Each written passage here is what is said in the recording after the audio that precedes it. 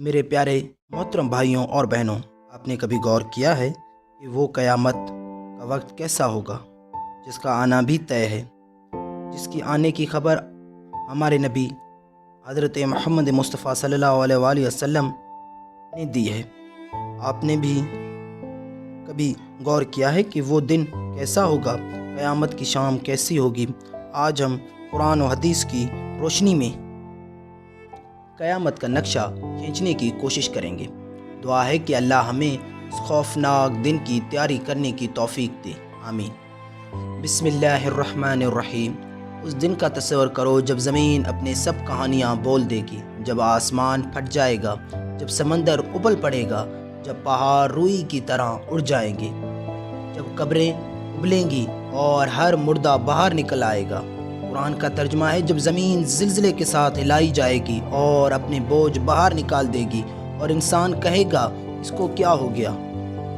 رسول اللہ صلی اللہ علیہ وآلہ وسلم نے فرمایا، قیامت اس وقت قائم ہوگی جب دنیا ظلم، بے حیائی اور گناہوں سے بھر جائے گی۔ پھر سور پھونکا جائے گا، ایک ایسی آواز جس نے آسمان پھاڑ دیے، زمین کو ریزہ ریزہ کر دیا، ستارے بکھر گئے، سورج بے نور ہو گیا۔ قرآن مجید کا ترجمہ ہے جب سورج لپیٹ دیا جائے گا اور ستارے چھٹ جائیں گے اور پہاڑ چلائے جائیں گے۔ پہاڑ جو کبھی مضبوط نظر آتے تھے روئی کی طرح اڑ رہے ہوں گے، پانی کی لہریں آگ بن چکی ہوں گی، زمین کا نقشہ بدل چکا ہوگا، کائنات فنا ہو چکی ہوگی۔ پھر دوسرا سور پھونکا جائے گا اور تمام انسان زندہ ہو جائیں گے، قبریں پھٹیں گی، سب اٹھیں گے، ننگے پیاسے ڈرے ہوئے، نہ ماں ہوگی نہ بیٹا ہوگا۔ قرآن میں ارشاد ہے، ترجمہ، اس دن انسان اپنے بھائی سے، اپنی ماں سے، اپنے باپ سے، اپنی بیوی سے اور اپنے بیٹوں سے بھاگے گا۔ میدان محشر 50,000 سال کا دن، سورج 1 میل کے فاصلے پر، پسینے سے لوگ ڈوبے ہوئے، کچھ کے ٹخنوں تک، کچھ کے سینے تک اور کچھ کے ناک تک۔ لوگ چیخ رہے ہوں گے، نفسی نفسی، بس میری جان بچ جائے۔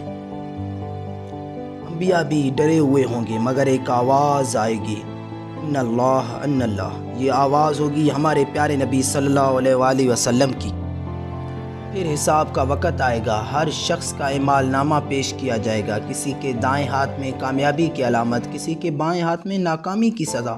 قرآن میں ارشاد ہے، ترجمہ، پھر میزان یعنی ترازو لگایا جائے گا، نیکیوں کا وزن ہوگا، برائیوں کا تول ہوگا، زبان بند ہوگی، ہاتھ پاؤں آنکھیں بولیں گی، فرشتے کہیں گے یہ وہی ہے جس نے نماز چھوڑ دی، ماں باپ کی نافرمانی کی، جھوٹ بولا، حرام کمائی کھائی، زنا کیا، حق مارا اور کبھی توبہ نہ کی۔ پھر پل صراط کا پل، جہنم کے اوپر ایک تیز دار پل، بال سے باریک، تلوار سے تیز۔